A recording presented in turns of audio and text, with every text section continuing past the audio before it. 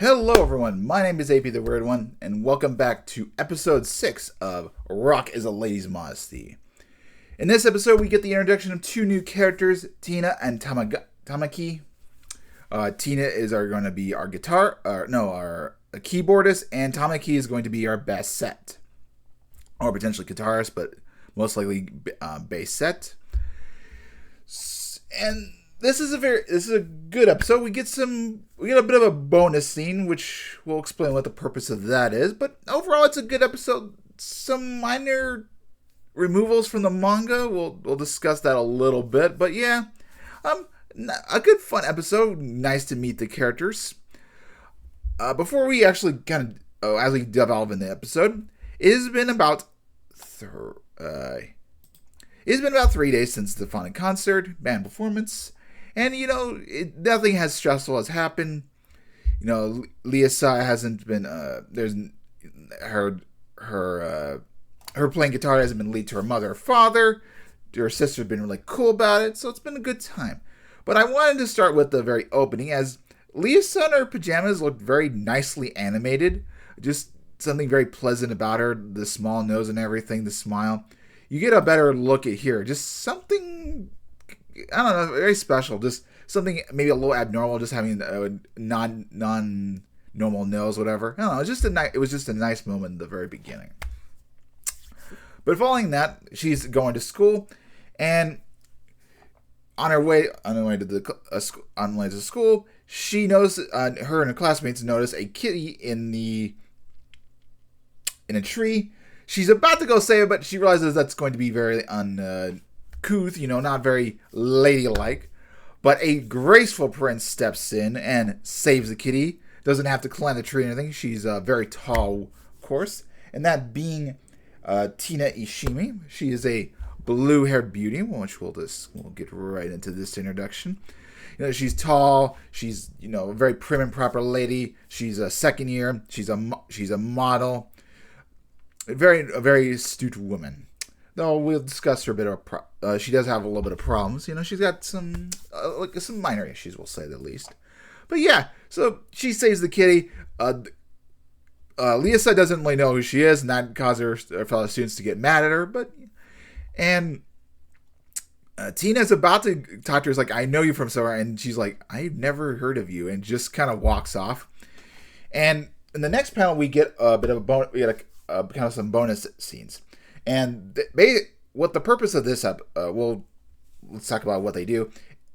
Lisa gets invited to be one of the representatives for the first year for the student council. They've chosen her. And so we get this scene. And the purpose of it is because Tina makes her return. She was looking for Lisa to apologize. She didn't mean to be rude or say, I knew you all of a sudden.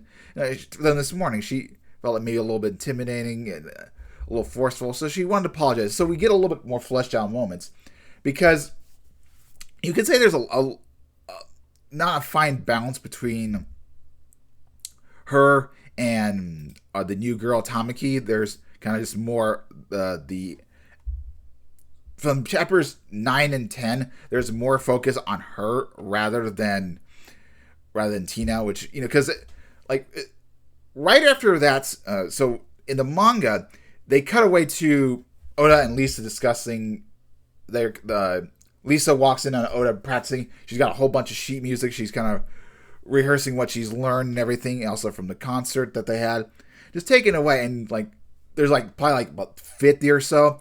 So they kind of wanted to give more time for Tina, is what the purpose of it, because her next scenes are a bit interesting. We don't get to see her in her more modest, I guess you could say, we don't get to see her as the refined woman as she is. We meet the real Tina, so to speak. Anyway, as Lisa and Oda are talking, they're discussing, hey, please don't use this nickname Lily, only for purposes. And it's also discussed there's a song called Spirit Cold, which I tried to look it up, and the only thing I got was from Tall Heights, but apparently that's pretty popular. I probably should get the Japanese version, see if that's the exact same song, but I don't know. I didn't see anything in the results. But the purpose of the song was that it was very challenging. But while they're discussing, they get a request from the bandmate app, and Oda knows who exactly this person is. She's like, I gotta leave, and I'll be back in a little while. And she's left Lisa to kind of just practice basically by herself. Following that, I think, well, regardless of what happens in this, basically we get the introduction to the two characters. Tina comes in shortly after. She's the reason she knows where Lisa is because she saw her at the concert, and Lisa doesn't exactly know what to make of this woman. She wants to invite her to the band, but she's like, do I turn her down? That could be problematic because she's part of the vice principal. She doesn't know how to deal with her. And she's like, I want to join your band. It's like, well, what do you play? I'm like, I play piano. I'm like, okay, show me what you got. It's apparently very bad. I mean, they want a keyboardist, but, this could potentially work. Lisa doesn't really know what to say to her because, I mean, it is kind of a bit bad. But it's like, no, it is bad, right? I'm like, She doesn't say it. But I actually, a little bit before that, I misconstrued. We do kind of learn why Lisa wants to join the band. So, since she's been born, basically, she has been put on a mask to personify this ladylike woman, this more masculine version. She has the nickname of Prince of Ocean. She she looks very masculine, so... And she's kind of always had this persona. She's never been her real self. And Lisa and Oda playing at this festival made her want to be a little more confident and find her true self. She wanted to find who she really truly is. So, yeah, that's why she wants to join. And and as they kind of cut away to their playing. But on the other side of the match, we meet this fiercey young lady. We see her down in this portion is we see her more the scarier version. She is, you would not get the appearance that she was from a well-refined school as. From Korayuri, another all-ages school that's for the high-class society. But yeah, she's very scary looking, very, very wicked. She sees Oda, like, I want you to join my band. You're the only woman who really made me rock out, like, who's got really good talent and can match my kind of match beat to me. But you got to drop that Lisa girl. I'm like, I don't think so. Sorry, no. Well, and she's the reason she's at this little place because she's out to play a concert. The lead singer comes like, hey, you're gonna come by. I'm like, yeah. And she said, like, you're gonna watch me perform. I'm like, of course. Now, a little bit of difference in the manga is that we actually do get to see all the band members. The Gotcha, that's a different name, but you kind of see these two. We see all the three band members, and they actually bicker for a couple of panels. So that's kind of missing. Like I said, I understand why they did, and they even kind of cut out the intro to make more time.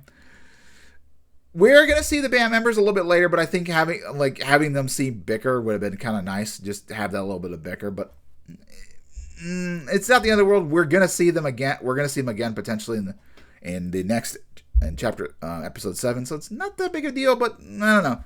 You could say a little bit of censorship because we do have some fine sexy ladies. But yeah, and while she's playing, we cut back to our girl. And that's where sort of discussed like really bad. And then in the weird case of scenarios, as she's walking away, there's a banana peel, of course, and she slips on it, and we get an introduction. We find out that Tina is a giant booby woman, as you see down here. She's very well endowed, no doubt about it. But that kind of has some problems. It doesn't go with the brand that she's worked on and doesn't refine the prints. This is probably her best booba shot, the closest we get to see how big her boobs is.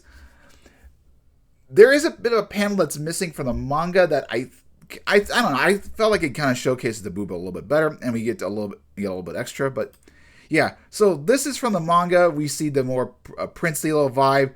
We also kind of see her underwear. Yeah, a little bit of problem, but I feel like the we see, instead of having the top down view, the CEO wave shot was a lot better. I liked it. I would wish this was in the panel. You do get to see her booba quite a bit, but yeah. I felt like we needed this panel. We needed a better view, better shot, and also you get to see a little bit of underwear as well. Yeah. So when that happens, they're kind of on the ground, and Oda and the girl come in. In the manga, it's shown to have her outfit because I believe it's kind of maybe the next day. It's the next day or so. Or in the anime, it's right after the concert, so she's still wearing a rock gear, so you still get to see her fine booba as well. We gotta mention that. And this is gonna be our new team member, and we gotta battle the bands in 2 weeks. We're gonna do a battle style in a little rock hall, whatever. And this is quite concerning. Tina is not that good and everything, so this is going to be a little bit of a problem, but they'll make it through. From what I've seen, it looks like it's going to be a smash performance. So I'm curious to what song they're going to be playing and everything, but it should be very good. So yeah, that was kind of the basic episode. I did read, there were things I could have reordered, take better notes, but that was essentially the episode. Some things I did find out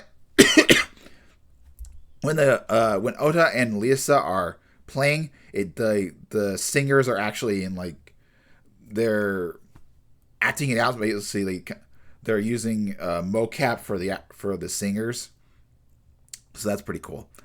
So yeah, good fine episode.